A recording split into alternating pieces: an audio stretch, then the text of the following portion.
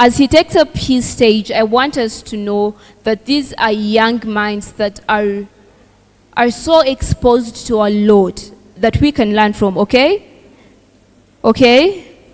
So just in case you feel like you cannot sit anymore because you are dozing, feel free to stand at the back. Let us learn, let us grow together. We would love to see a community of many more young leaders that are shaping and influencing change in society. Ladies and gentlemen, over to the moderator.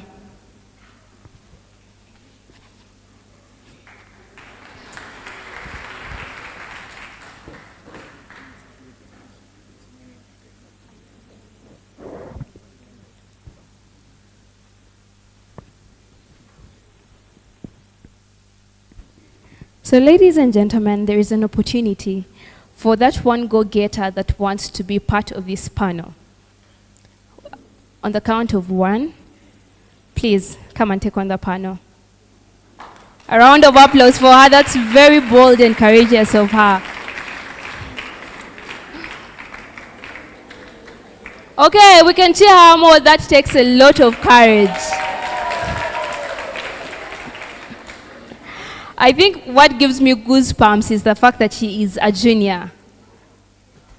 Right? A round of applause again as she takes her seat.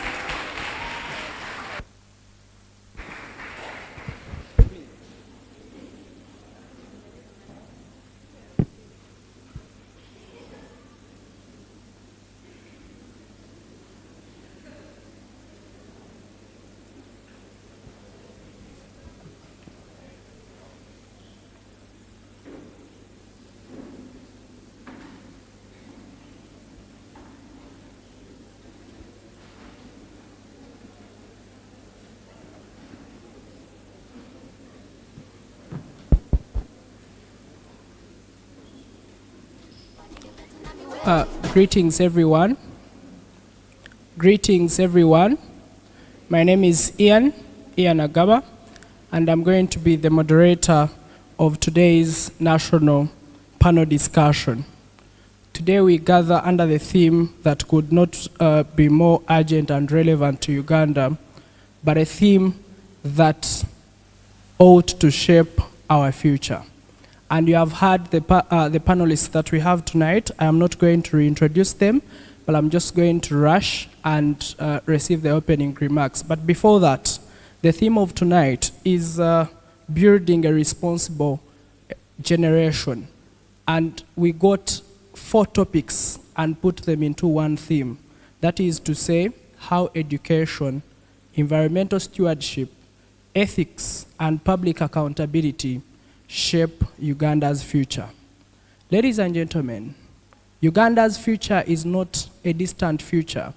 It is a future that can be set by our decisions that we make now, either by electing our national leaders like Julia Muhumza, or by sending in representatives to international platforms like Ayebari Denise, or even the students themselves getting a chance to go to school and see how they can contribute to the national discussion of changing Uganda's future.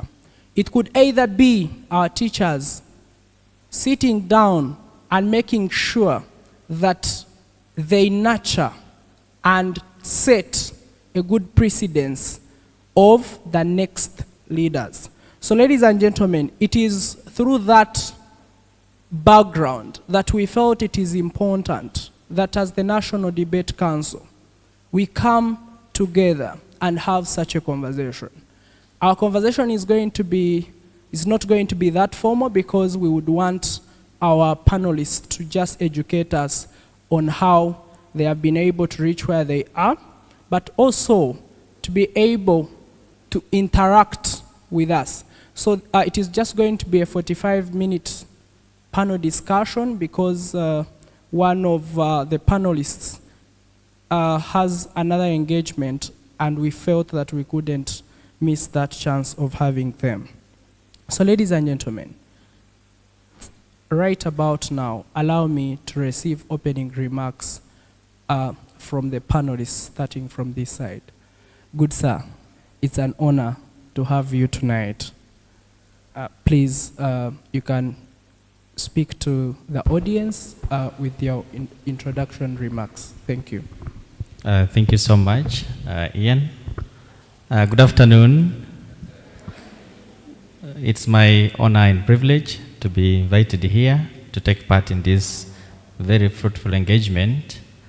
My name is Mdong Alex, and I'm a teacher.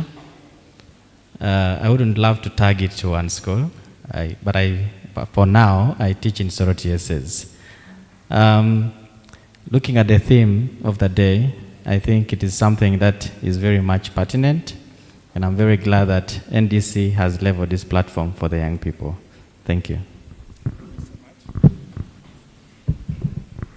Good afternoon. My name is Lin Nsima from Parental Care. I'm participating in the junior debate, so it's a very good opportunity for me to be up here with very good panelists, international panelists. I thank NDC for that opportunity. And given our theme, most of you know that it's very important for a formal discussion to be held so that it can be something achieved. Thank you.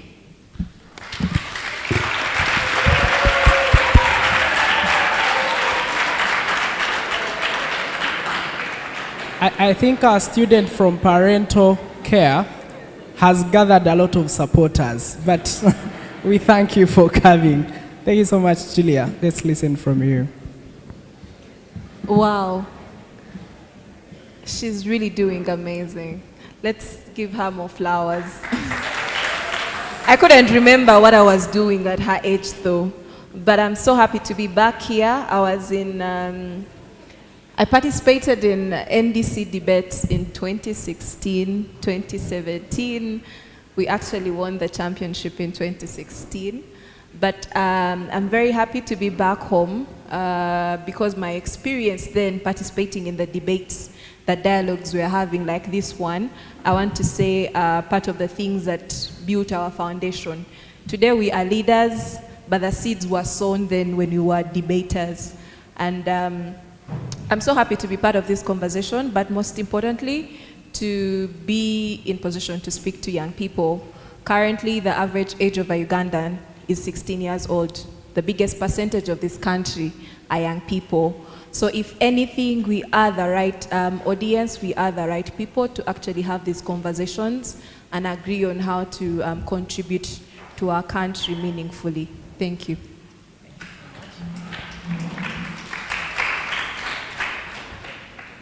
It's usually difficult to speak after such great people, but sometimes, as debaters say, I'll begin in 3, 2, 1. Just like Julia said, we are products of debate and we have been products of NDC as well.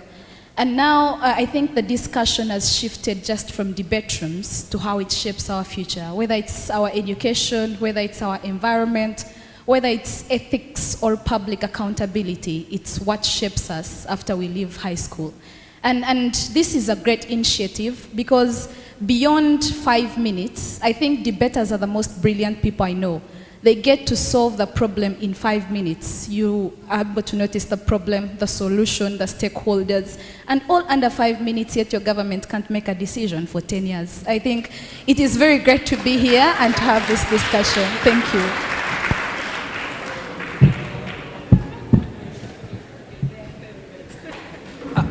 Important to note that Njsdc is also the external relations of the Youth Council, so we would want to follow up with such a statement. But for now, Njsdc, in your CV, you are a law student and a climate youth negotiator, but also someone that advocates for change.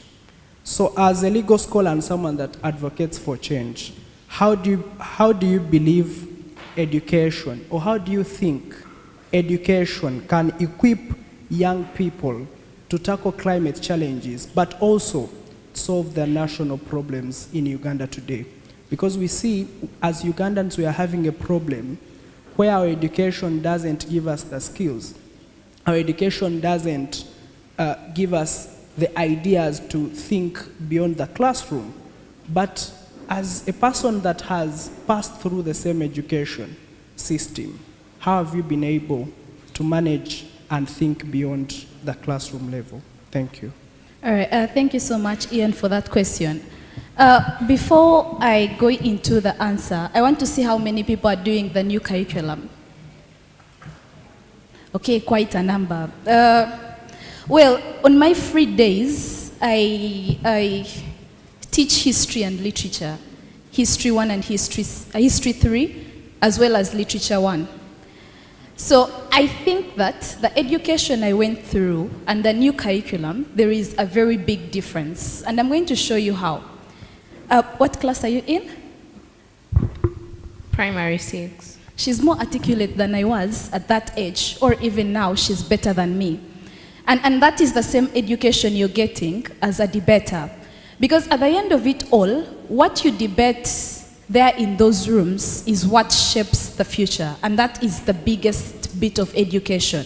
Not the likes of the Rhine valleys or, I don't remember, chinchilla rabbits, or, you know, it is able to give you the kind of foundation you need. But the discussions that you have about global politics, the discussions you're going to have around policy, around health, around everything, is what shapes the education and is what is going to shape you in the next 5 years or 10 years. So Ian asked, how do these discussions, or how can we ensure that we leverage this education to become the better people we are supposed to be, or even both at national and school level?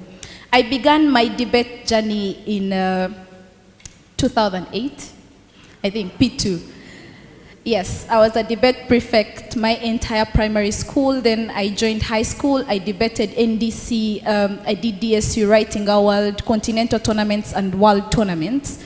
And after that, I realized that beyond debate, those are the same discussions that actually get to shape us. And that's why I got my love for the environment. NDC in 2018 had a motion, this house would ban Kavera use in Uganda. And I think most of you have also done it because it was a rebounded motion since 2017. And after that discussion, I asked myself, you know, there are those discussions, oh, if you cut down trees to get paper bags, it's going to ensure that you're doing more harm than actually the polythene bags or the Kavera.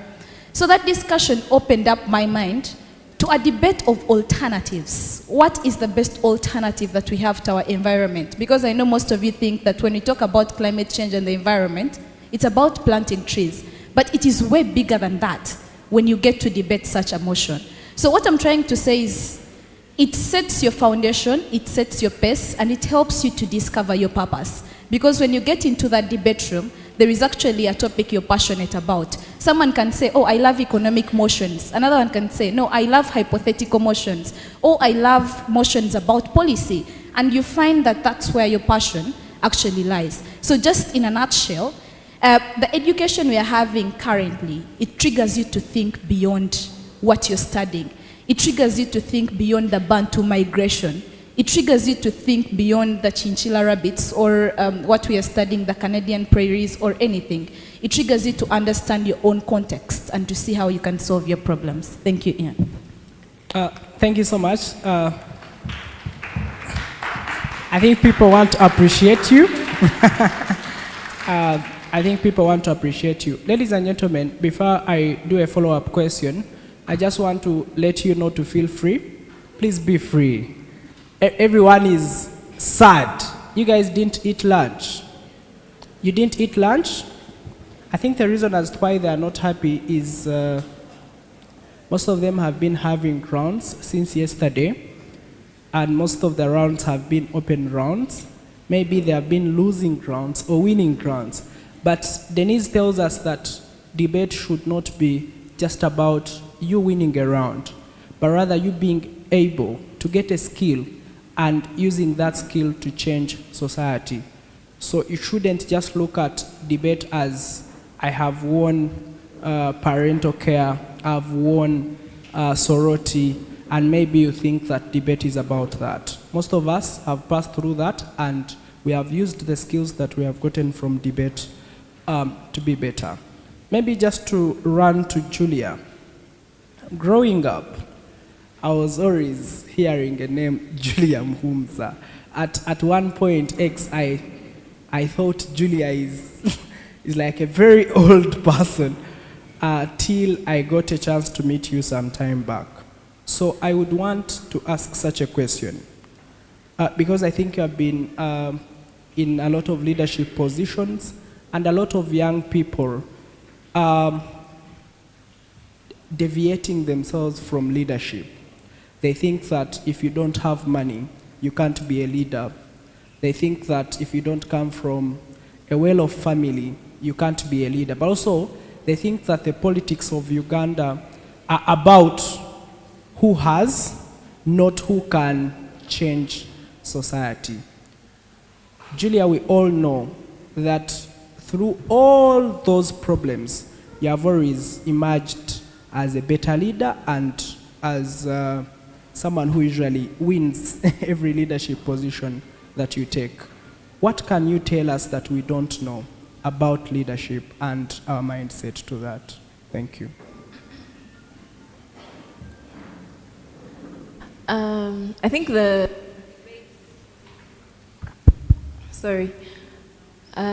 it is a debate whether leaders actually born or made, but for me, I think I'm born. Since we are talking to debaters, it would be subjective. Because, like Denise mentioned, in the debate rooms, you get to, even if you don't care about the environment, even if you do not have knowledge about the environment, if the motion comes and it's about the environment, in that specific room, you're thinking for the environment, policy-wise, be it education and all of that. So for me, debate, even before debate, I was a leader, but I want to say debate gave me a different lens of problem solving. Oftentimes, we come from a point of criticizing. This should be done. This is not happening. We don't have this in this place. We do not see this happening. But what debate, the position debate puts you in is trying to actually think about how to solve the problems. So over time, I participated in a lot of leadership spaces, UNSA, Guild President, but even when I came to run for a position, it was from the angle of how do I contribute meaningfully in society. The problem we have oftentimes is the people with the wrong intentions end up in leadership positions. And you who would have made a meaningful contribution, you always sit back and stop yourself from actively participating, be it politics or leadership. Currently you are in school, but I want to say that leadership comes in very many forms, yeah? Even while you are in school, a small position in charge of, could be information, could be a mess.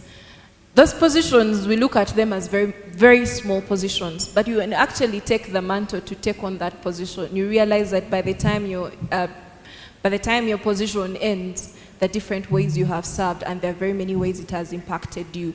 So for me, my leadership came from the angle of it's beyond the position. The question is, how does the position, or how do I actively help community? And even beyond the positions, they will mention, in very many communities, you realize that you've been in position to impact even without a position.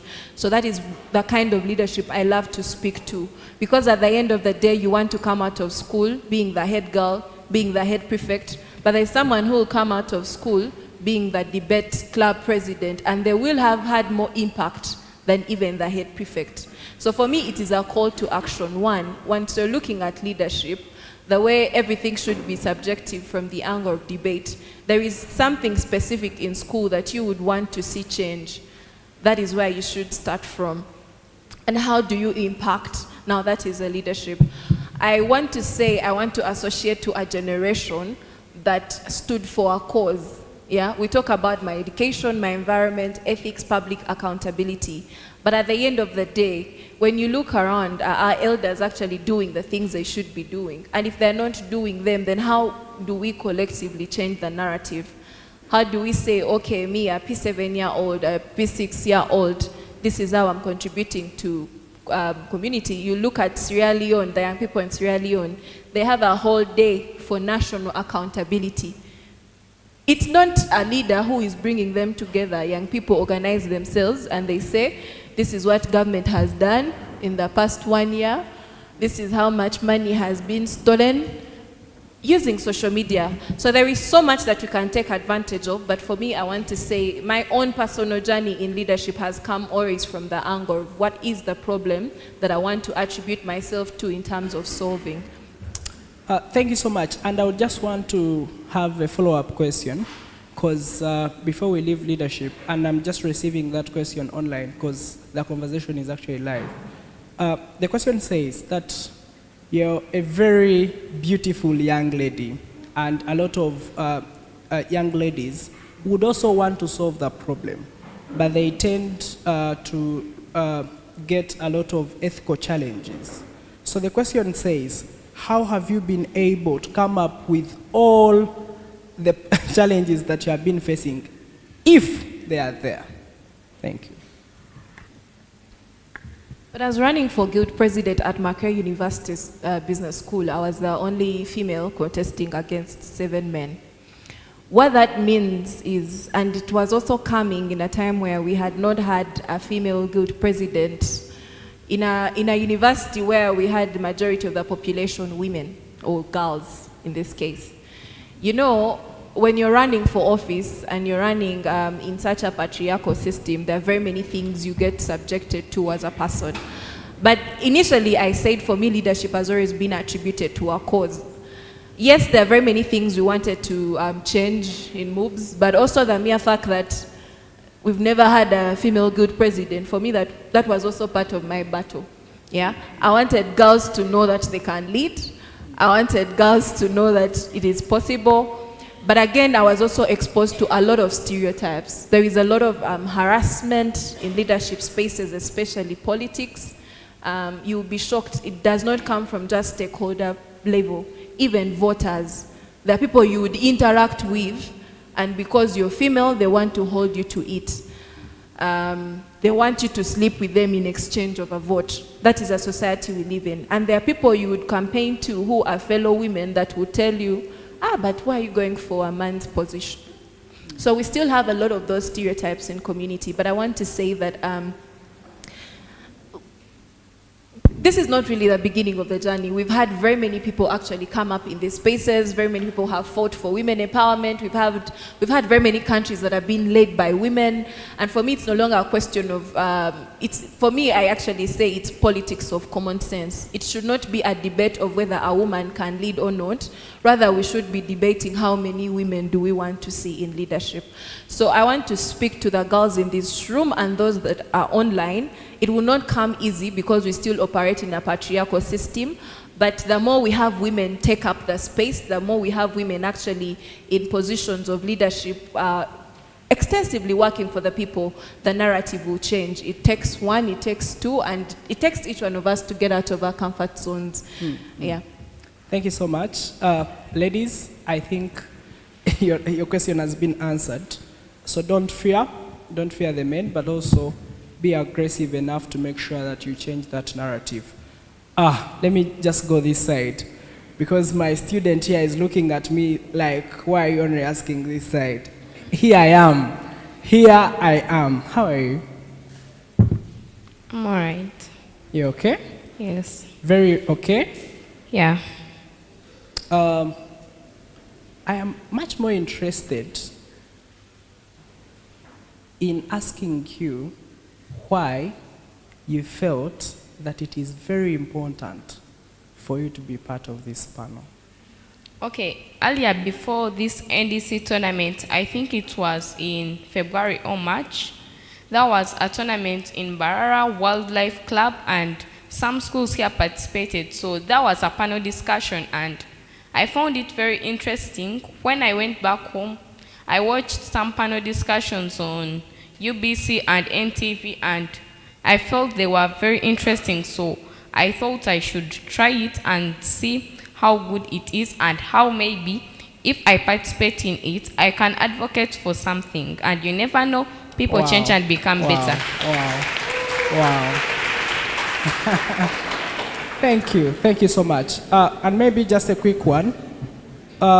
If you had the power, Yes. if you had the power to change one thing in the education system of Uganda now, what would that be?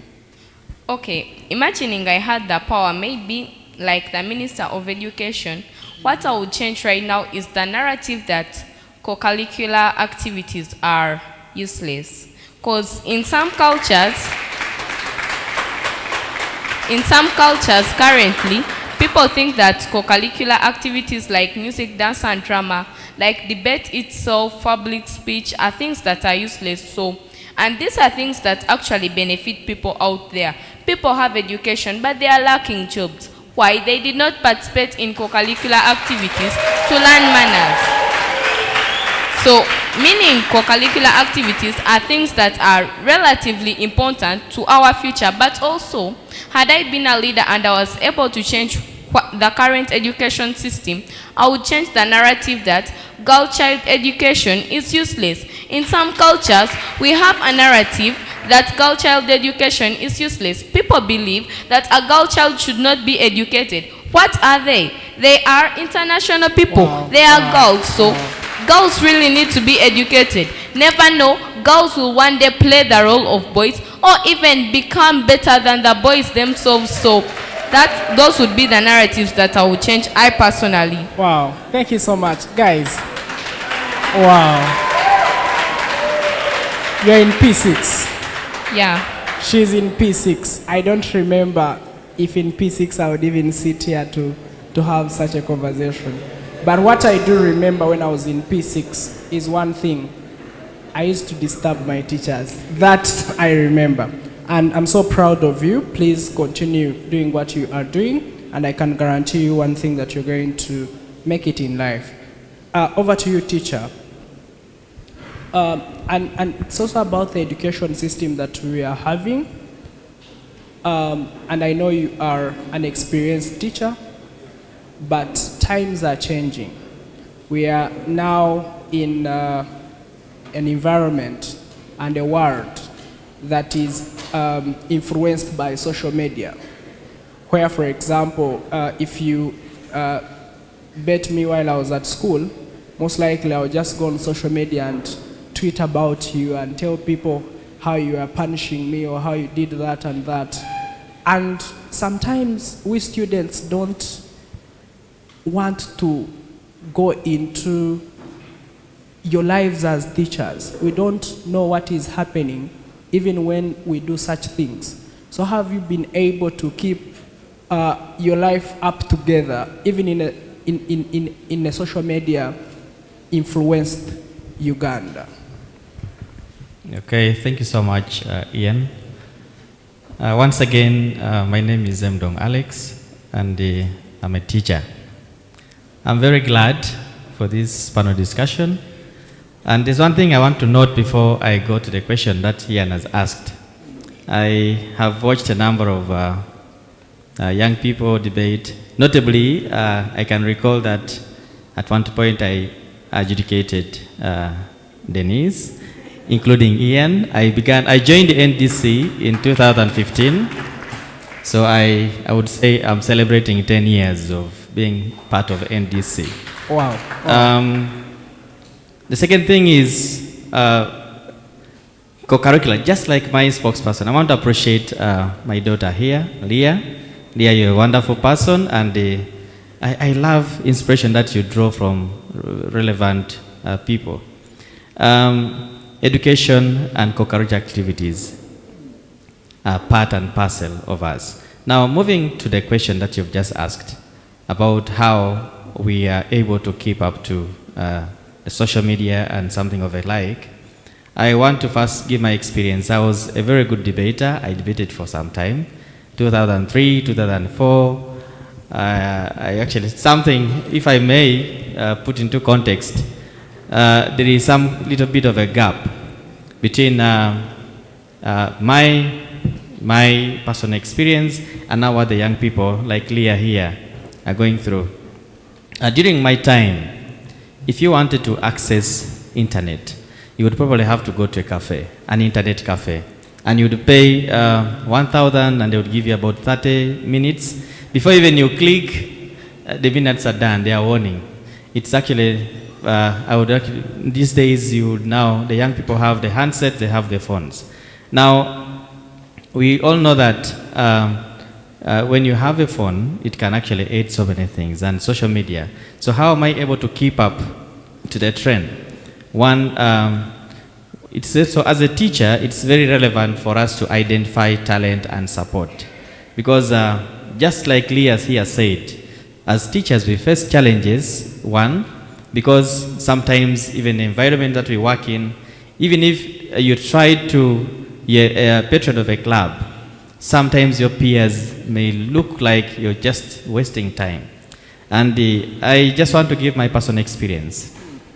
I was in charge of a club, that's particularly music, dance, and drama, some time ago. And I remember one time getting negative sentiments from some of my administrators, where I was actually engaging the learners, and this person shamefully would not actually appreciate the value of such activities, and actually remarked that it was actually the reason as to why parents send their children to school is to achieve academically.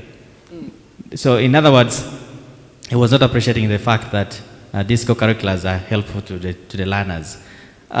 It is also our pride as teachers to see young people grow in a space like this one here. Because when you look at the modern world, that is actually the trend that we are now taking. So how we can protect, how are we able to balance up this social media and that personality? The one thing we need to understand is to carry, I have actually just loved my education, my environment, my ethics. I think it's very important to be ethical in life. Also, for you to be admirable, because we are role models, we inspire. Children need that kind of motivation. We need to act.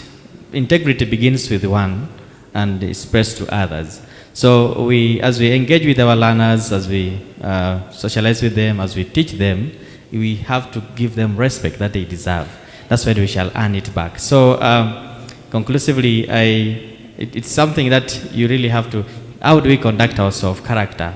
The way we have to, as teachers, we have to carry ourselves with integrity so that you don't appear on socials for the contrary. Thank you. Okay, just a quick one on ethics and accountability. Because I know you have been a patron of debate for quite some time. You have just told us that you are also a patron of music, dance, and drama. And I know that those are two clubs that usually have a lot of money issues. For example, the school gives you money to take the kids to a national tournament. Just a quick one.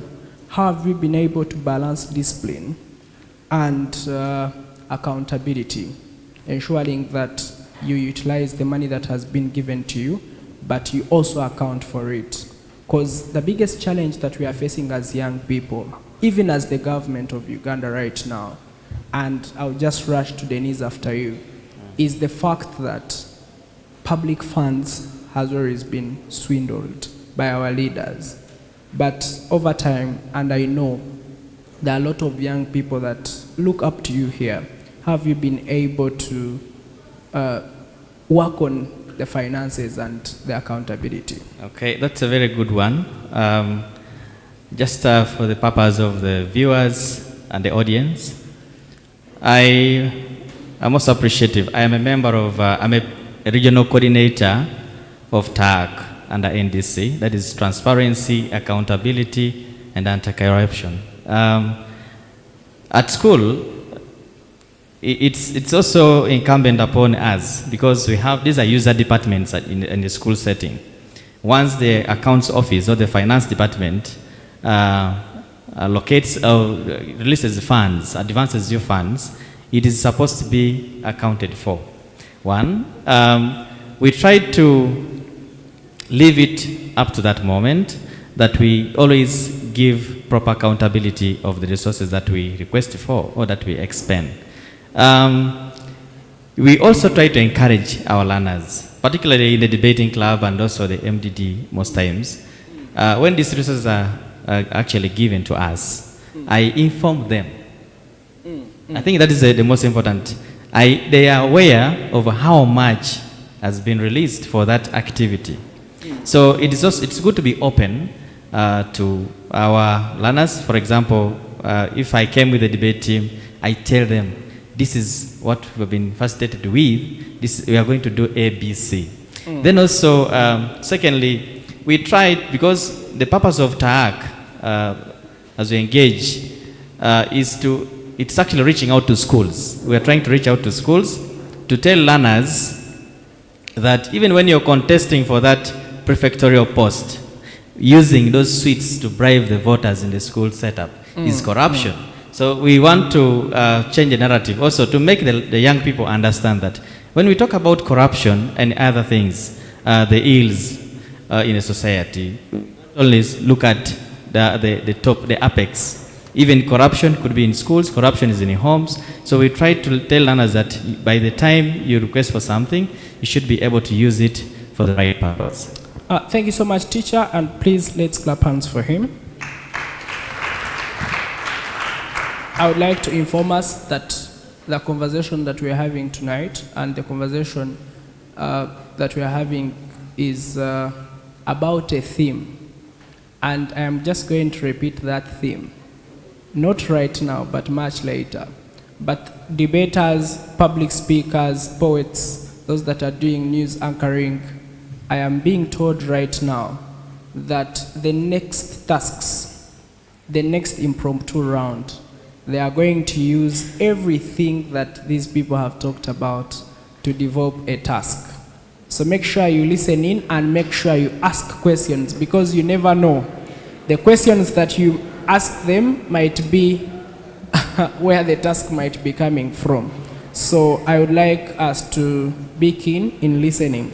Everybody, Denise. As a person that has traveled a lot to a lot of countries, and I know the beauty that comes with traveling is being able to learn and pick lessons from other countries. How have you been able, or what are those lessons that you have learned from our neighboring countries that you think the education and leadership system of Uganda can use to better themselves? All right, thank you so much. So there is usually one thing we are told in Uganda, that we are the future of Uganda. And there is that anthem in schools that we sing, we are the women and men of Uganda's, you know. Yeah. So it's different in other countries. Young people are not referred to as the future. They are actually living in their future already, because we're already in our future. So one narrative is that they keep pushing us into the future, yet we are living in our future, and the decisions and policies they take today, we are the generations they are going to affect tomorrow. And I think that's the biggest difference that we have between ourselves and other countries. But then the second thing is that they tend to be more consistent and intentional. You know, they are go-getters, like what Leila just did there. It's not something that they are asked to be there. They actually demand for the spaces. They demand to be inside those places, and they demand for space on the table. Something that we don't do as much in Uganda. We have, should I call it fake humility? We wait to be called, yet we are entitled to those places. We are entitled to those positions on those tables. So at the end of it all, we remain as something on the menu that is supposed to be discussed, rather than us discussing what should be on the menu. So I can say those are the biggest two differences that are between us and the other countries. Just a quick one. I already Denise. I know most of the times she doesn't want us to ask such questions, but I'm going to ask nevertheless. You are the NRM flag bearer, and you hold an office under the External Youth Relations. but it is the same government that doesn't want to give the young people a chance. What can you say about that? That's a very beautiful question.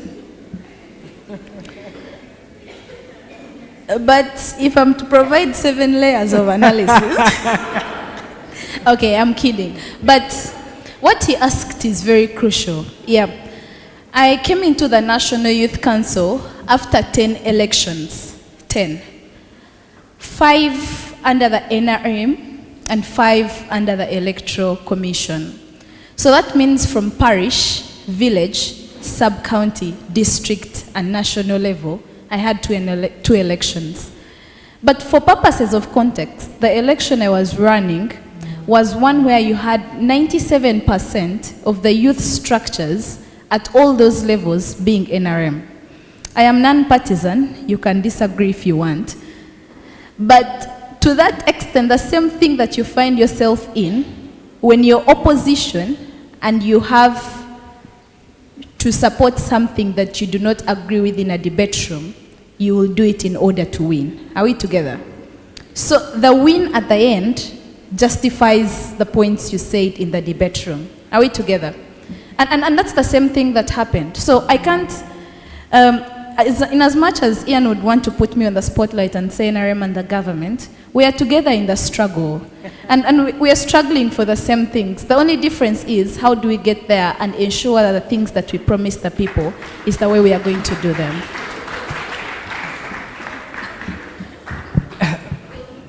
Our audience, please make sure that you prepare, because the next set of questions are going to be coming from the audience, okay? Yeah, and maybe just to follow up on Julia. And it is also a question that is going to show us or teach us 1 or 2 things. We know that, Julia, you're studying to be the National Female Youth MP. And we all know that the Parliament of Uganda has been in a lot of scandals. Last year we saw people rioting because the Parliament of Uganda had swindled over 2 billion. We saw the commissioners eating a lot of money, 500 million. So we have a Parliament of Uganda that only focuses on themselves, but rather not helping the people that do elect these MPs in Parliament. How are you going to be different? Because these people want to trust you with their mandate. Thank you. Well, disclaimer, none of you are my voters. Yeah, it would have been nice if you were, but I'm voted through an electoral college. 3 people. Oh, she's my voter, so we should hold her to it. The National Youth Council comprises of my electorate. But Parliament, actually, it is so bad that now if you run for Parliament, they associate you with every bad thing that happens in Parliament. Exactly. But Parliament is a body fully funded by taxpayers' money. I come from a thought, for how long should we allow things to stay the same? And like I mentioned earlier, I'm going to Parliament not for myself. This position is for young people in the country. When you look at the demographics of Parliament, we do not have numbers of young people in Parliament for very many obvious reasons, and yet we are the majority in this country. Should I sit back and not participate directly in politics because those that do steal the money? Or should I actually join the system to try, like she mentioned, the means oftentimes justify the end. Because when you see a role of an MP is everything representation for very many times, very many things for young people. We are talking about education. When we talk about the issues within the education system, the new curricula, how very many schools have not really been in position to adapt. There are very many things really for young people that should change, that do not have the enough vocal system in Parliament representation. Budgeting, Parliament is everything budgeting, but does the budgeting reflect the priorities for young people? Does budgeting reflect the numbers for young people?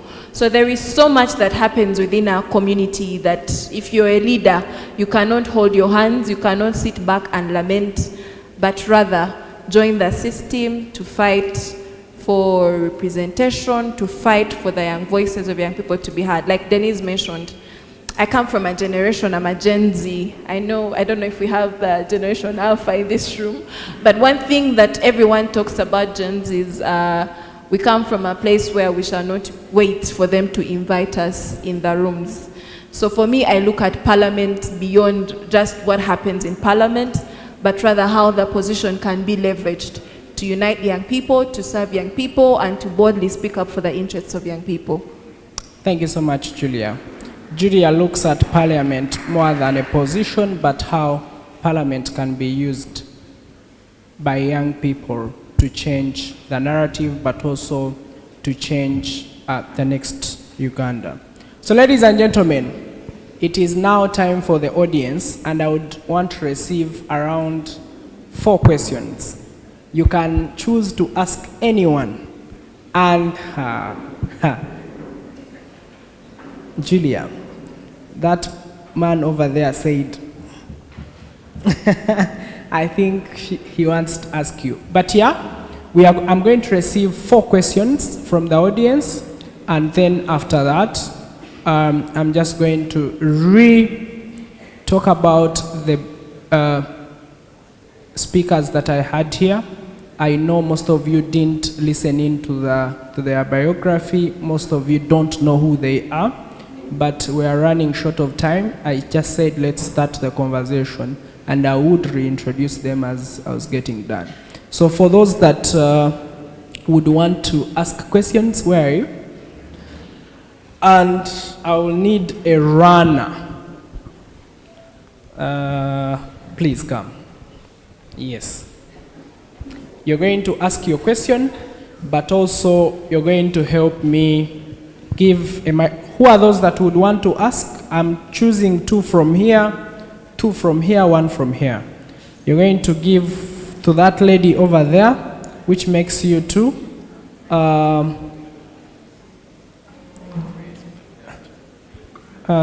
There is a lady there that wanted to ask. Yeah, sure. Then 1 person here and 1 person there. Please make it short. Okay. Good afternoon. Yes, please. Okay, good afternoon once again. My name is Maska Natasha. I'm from Wampeontake. I heard you say that you come from a generation that will not wait to be called, but rather stand for change there.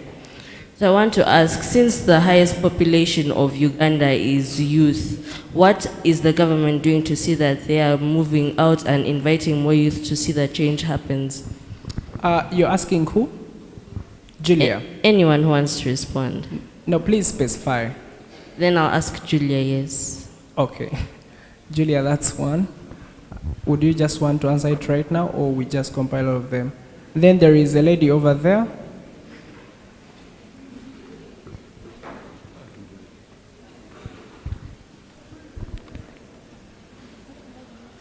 Your name, the person that you're going to ask, and your school.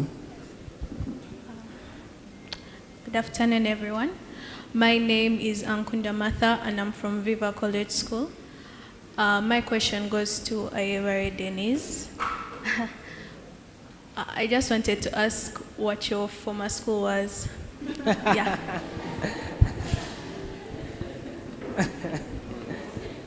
Oh, good. Oh, good. Please make sure. I would want to go against that school of thought.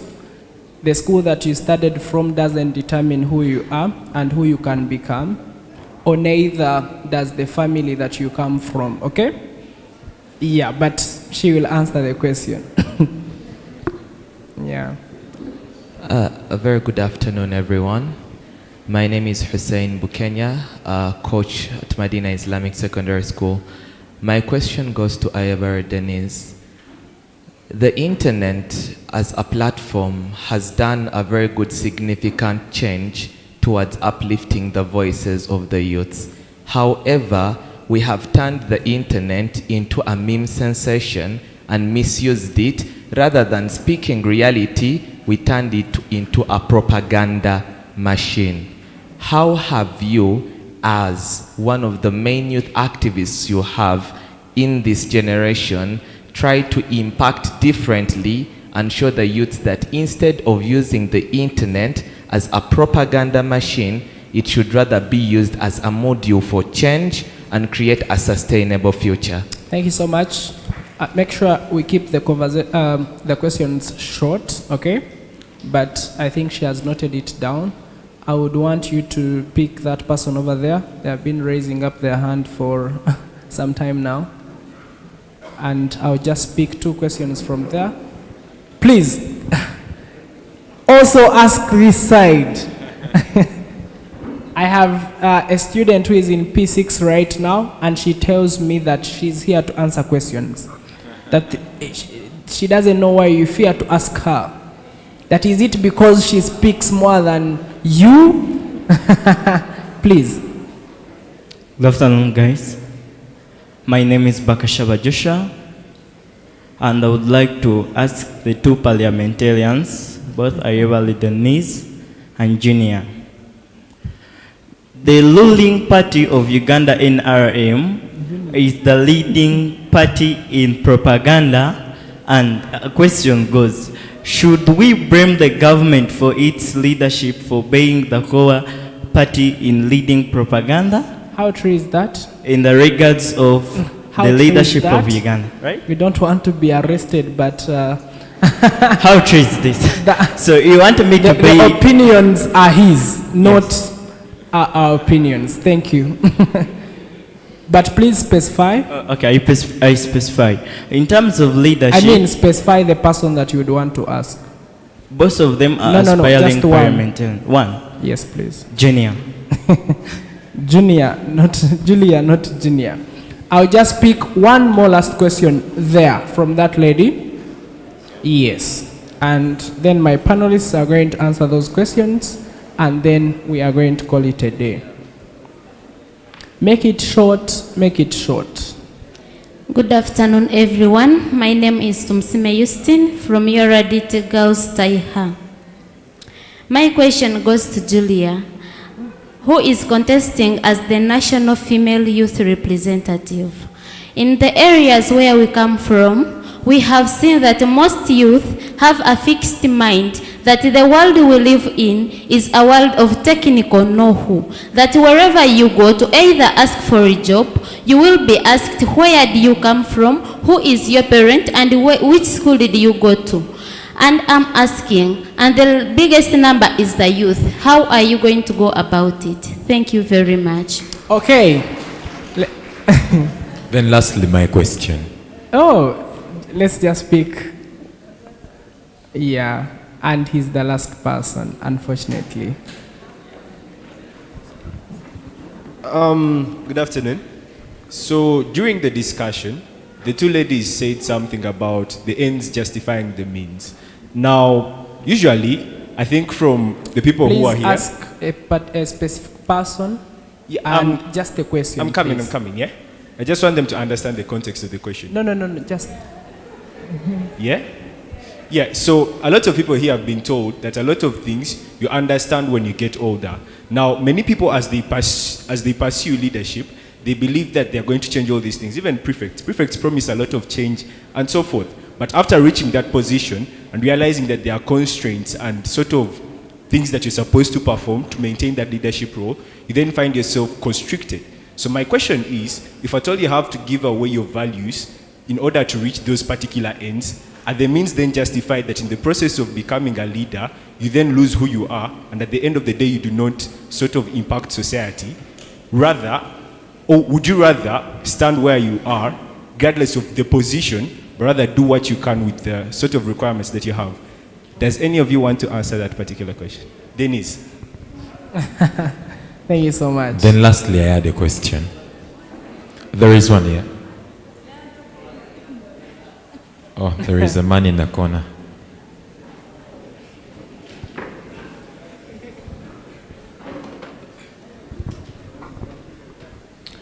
Well, the two ladies that are actually leaders on the panel, they have told us that we know very well that in Uganda, youths are employed, and we know that. But you as the leaders now that we have on the panel there, what have you done to make sure that employment is actually stepped down? You as leaders, because you are the people we blame, and actually we take this even to the government, however much I support change. You as the people that are there, what are you doing to see that employment is actually capped down? Thank you so much. All the questions have been asked to Julia and Denise. Just one last question to... Yes, my very question. To who? To our child, no, to our fellow child, but am I still a child? I'm above 18 now. All right, so what have you done in your school to bring about change? Thank you. Thank you so much. Okay. Denise, I have a friend who calls Denise Denish. So Denish, please answer the question. All right, thank you so much. Those were good questions. So I'll start. For my primary, I studied in Rukunjiri Universal Primary School, and I finished from Bwanga Progressive Primary School. I went to Nabingo, an all-girls school, then Nalia SS Namugongo. So the second question was about social media. I think there is one thing that distincts us as debaters and as people who are slightly exposed and can engage in actually discussions that get to shape who we are. You see, social media is the one thing that you can make a decision at least about in the 21st century. Sometimes you can't make decisions about the school you go to, the combination you do, but you can decide on what you want your social media to look like. If you decide that you're going to go on social media and probably post memes, that is up to you.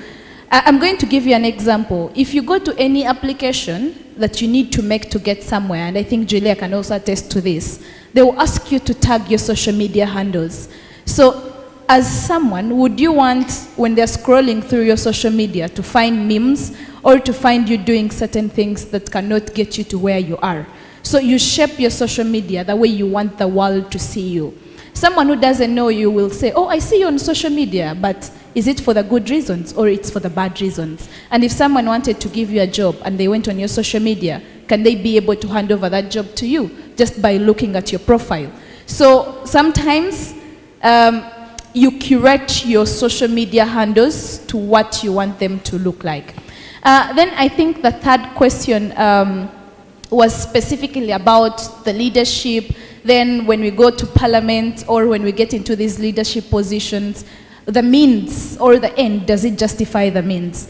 I want to give one example. I just finished running an election, and I think Julia will also give her own experience. There are certain lines that debaters, we're talking about ethics, that we do not wish to cross or lose ourselves in the process. Because the same people we criticize in those debate rooms, they're the people we don't want to become, and they're the people we don't want to interact with. So if you're able to find a balance, which means you're either going to lose that election, then it becomes very difficult. But when you get to those positions, you try to change the narratives, and that is my experience now. Because it's very difficult for me to go and tell people that, you know, if you elect me, probably we can articulate your problems, we can talk about very many things, we can be able to get very many opportunities. Someone will ask, how much are you giving me? And this is the voter bribery, or even what we talk about in debate rooms. But I think we should never give up. You're that water drop that makes the ocean, you're that tree that makes a forest, and so you should never stop dreaming to become the better person or the better picture the world wants to see. And the last question came from him about employment. Well, personally, how many people come from West Nile? Okay, our D4. So the people who come from West Nile, I work in West Nile specifically with Agaba Ian, with an organization known as Better Life International Organization. You see, at the end of it all, in as much as we always blame the government, what have we also done to help our government, you know? So this organization creates job opportunities. It helps refugees, climate refugees. It helps women and girls in tackling things like poverty, but also skilling them and empowering them. So if the government can't provide it, what can you do? With your debate skill, can you be able to articulate the problems you're passionate about? Can you translate that passion into action, into a skill that can actually change the world? Thank you. Thank you so much, ED, Better Life International Organization. Let's receive Julia to answer the questions, and after that, I'm just going to receive the closing remarks from us, and then I'll just end the panel discussion. Thank you. I was asked what is government doing to include young people, but I want to say that, like Denise mentioned, the young people across the world, the younger generation are taking up spaces. They're not being invited to the table, but oftentimes they even go as far as creating their own tables. We have young people across the world that are innovators. Look at her. Every time I see her, I just know for a fact that there is a very big difference between our generation and the older generation. Because even me, when I was her age, I don't think I was as eloquent, and I don't think I was as confident. So she's an example that within us, there is more we can do without being included. Actually, I come from a thought that we should not fight to be included. We should fight to build spaces for ourselves and meaningfully contribute to this country. For how long should we? Because these are the same conversations we have. And there's a lot of youth tokenism in leadership in all spaces. You'll be invited in an event for young people, in a conference, and the people who will be on a panel will be old people speaking about things for young people. That is a country we are in. One of the motivations of me actually running for office is not to use for the office to compete with people in parliament, but to actually build more spaces for young people in community, to make sure that a young person who is innovative can thrive, to make sure that a young person who is aspiring to lead in communities can thrive. So I want us as young people to also subscribe to the same thought. I don't want us to keep holding the government accountable to, oh, we need to have more MPs in parliament, we need to have, yes, that should be a conversation we should have, but I want us to also focus more efforts on how are we collectively contributing meaningfully, actually building spaces within ourselves to change lives within our community. And then she raised the question about Gamba no-goos. A lot of technical know-hows. Most of my life has been built around hard work and resilience. I went to Mengo Senior School. I have served in all these different positions, both nationally, continental, and internationally, without a single person recommending my name. Yeah. Currently, I just finished my Masters of Public Policy from University of Oxford, without no one recommending me. I come from a family where my mother did not go to school, but I've been educated and I'm still being educated. We are fighting to build a system within our country where every single person has a chance, a fair chance to thrive. And that is the whole purpose of education. And currently, if you have a chance to go to school, for me, I want you to leverage that to fight your way through life. If you're a leader, you will join us to try and contribute to that community. And secondly, or lastly, he raised the question of the means justifying the ends and all of that. I just want to say that we do not have to sit out opportunities because of what is happening in those spaces. Personally, in any normal circumstance, I would not be in politics. I would either be in civil society, I currently have a non-profit, I would focus on that, or I would thrive. I recently actually turned down a job with UNICEF and World Bank to serve my country. Yeah, but the reason she mentioned that sometimes the means justify the ends is oftentimes you look around you and the same person running for that position for leadership does not, one, understand how they can use that leadership to change a single life in community. But the question should be, where do you draw the line? Because as we are talking compromise, as we are talking values, you don't have to compromise your values to get to a certain space. Because if you're compromising, that means that even when you get to that system, you'll compromise and the cycle will resume. So for me, I feel like we should not sit ourselves out of certain spaces because of either how dirty the politics is. Give yourself a fair chance. Go in there, speak for what you stand for, because you never know actually. You taking up that space may change the precedent. Yeah, you may, we've been told, we've served in school politics before. You become head prefect, you want to maybe do this and do that. The school politics does not allow you to do that. But should that be the reason you talk someone else out of serving? You never know. Maybe during that time in office, there could be something they could partner with, someone they could partner with to make a difference. So you do not sit yourself out of a very dirty political process because you do not want to compromise. Personally, I feel like stand up, take on that space, hold on to the values you subscribe to, because you never know. Actually, your engagement in that process may change the whole narrative around how such things are done. So mainly as I conclude, every chance I get to speak to young people, I tell them, like Denise said, we have been told we are the future, but we are the present. When you look around young people across the world, they're building their countries in very many ways. We have conversations around internet. The older generation cannot understand those conversations. We have conversations around AI. The older generation cannot have those conversations. But if we look within us, how are you contributing to society? It could be environment, it could be technology, it could be very many ways. I want to be part of a generation that built the country in very many ways. A generation that had a cause. If it was environment, we contributed in that way. If it was technology, we had that meaningful contribution. I beg to submit. Thank you so much, Julia. And I hope all your questions have been answered. Maybe to just pick one question from social media.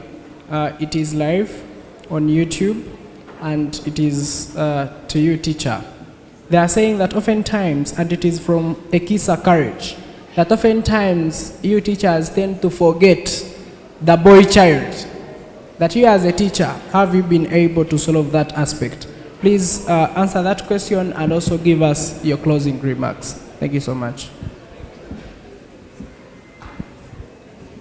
Thank you so much. I was actually rejoicing that maybe I would end the discussion when there is no question addressed to me. Yes, there has been much attention being paid to the girl child. And to that regard, the boy child is left out, and in the near future, we are going to see a future where we are going to have more girls educated, and we have the boys taking the place of the girls. Personally, I think as an advocate of the young people as well as a mentor, I also look at the fact, because even if you looked at here, Ian, I would have actually loved, in my thinking, when I stepped on that stage, I was anticipating that we are going to have a balanced kind of discussion, probably having either two gentlemen or maybe a boy or something of a kind. And then when my daughter here, Leah, got an opportunity. So it was running at the back of my mind that yes, it is true that the boy children are left out. And what is causing that? Because we are paying more attention to the girl child and neglecting the boy child. What is going to likely happen in the near future? Yes, we shall educate the girl children, they will go up, but they will end up marrying the ones who have neglected. So in a school setting, I would really encourage that, because even in the school setting, we have most times my peers saying, let us support the girl child, but where is the future of the boy child? So we can do that. We can have a balanced kind of responsibility. And just to mention, when I was actually coming for these tournaments here, I had to ensure that I bring an equal number. So I have 2 boys and I have 2 girls participating. Wow. So wow. I think personally, I'm one person who will be looking at seeing how to help the boy child, because we are paying more attention to the girl child and leaving out the boy child. Thank you so much, and please let's receive your closing remarks. Okay, as I close, I just want to appreciate NDC for this very wonderful engagement, because if you reflect from 2009, those have been a number of years. I just wanted to mention also that as a position paper coordinator for TAC, that is transparency, accountability, and anti-corruption, we've been partnering with the UNEB and the National Curriculum Development Center, that is NCDC. We're seeing ways of how best we can incorporate the TAC topics into the secondary school's curricula, because we realize that we need these TAC topics in GP, since there are topics already that exist: English language, CRE, history, and general paper. So we believe that if this is rolled, if the government, if this engagement is concluded, we shall be able to achieve what we want. So if TAC topics are incorporated, we all know that once we have responsible citizens with integrity who are ethical enough, we shall be able to achieve the future that we are talking about. Secondly, I would like to call upon the school administrators, because Ian, this majorly lies in the hands of the school administrators. Yeah, very true. The reason as to why we have this number of schools participating is because they have that support from the school. So I just want to urge and to implore every administrator out there, please, can we support, let's see how to support these young people. Let's support clubs, let's support these young people, because we cannot have them perform academically and in the future they cannot express themselves. So let's give them the level platform, because most times head teachers say there's no money when it comes to this, but there is money when it comes to other activities. Then finally, I just want to call upon our young people, the students, the young people. I know internet is good, and also too much of it can be hemorrhaging. So please, let us stay safe and healthy. Let us use internet in a rightful manner. Thank you so much once again. Thank you so much, teacher, for that wonderful conversation. And we are so glad that you are able to give us your time. Hi. Hi. How are you? I'm all right. You're okay? Yes. It's okay to say hello to the people that you came with in your closing remarks. Okay, before that, I received a question from the audience asking me as a leader, what have I done to impact change in my school? So me personally, I think that just advocating is not enough. I think like just speaking out is not enough. You yourself do what you're advocating for. We have people out there who just speak that we should do this, that, and that, but they don't do it. So let us do it, and other people will learn from us.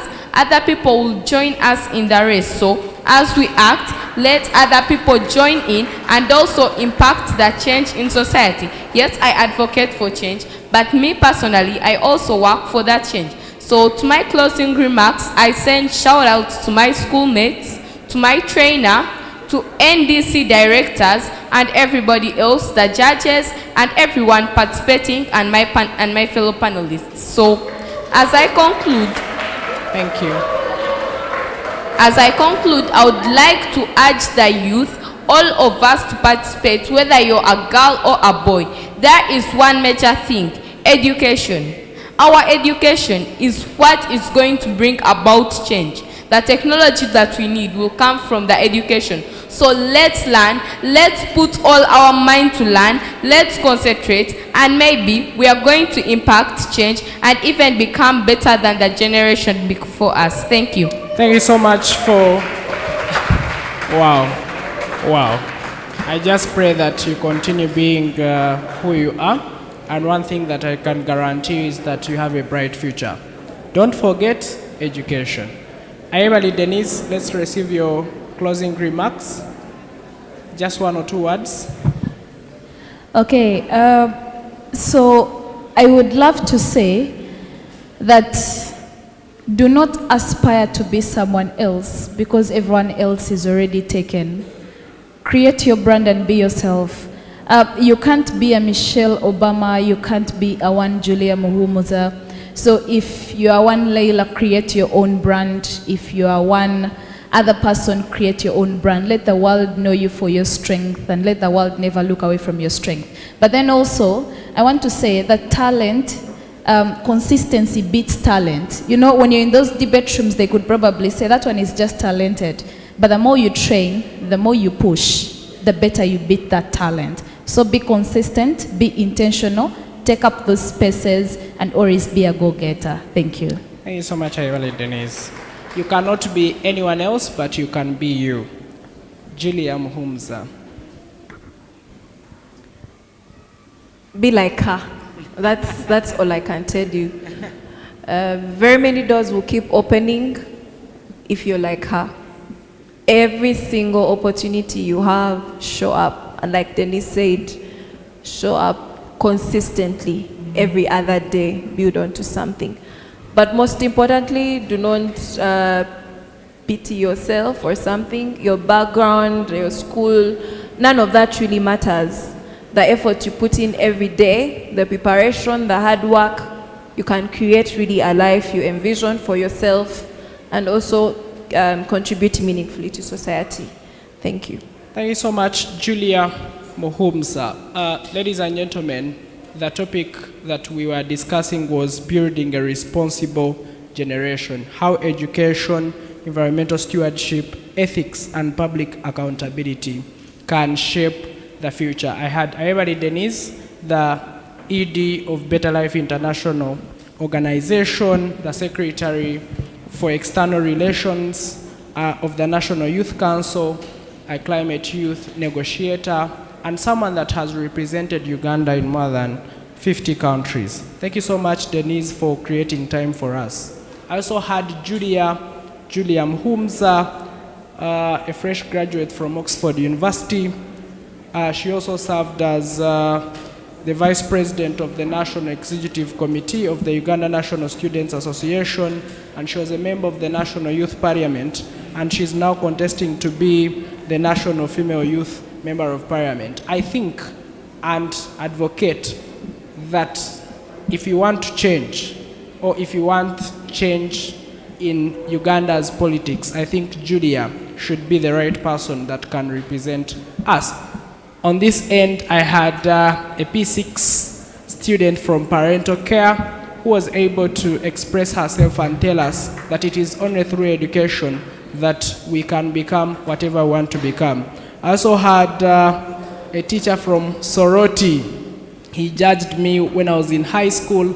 I am now on a panel discussion with him, and he's also a member of TAC, and TAC usually looks at accountability, transparency, and I'm glad that you still support the young people to become who they are. Ladies and gentlemen, I remain Ian Agaba. I am a lawyer, and I currently work with the Office of the President, and also work as the Programs Coordinator under Better Life International Organization, an organization that is headed by Ayebari Denise. Ladies and gentlemen, I've also had a chance to moderate international panel discussions that have been organized by the UN, and I thank God, and I thank you, and thank whoever has given us their time to listen in to tonight's conversation. We look forward to having you next time. Thank you.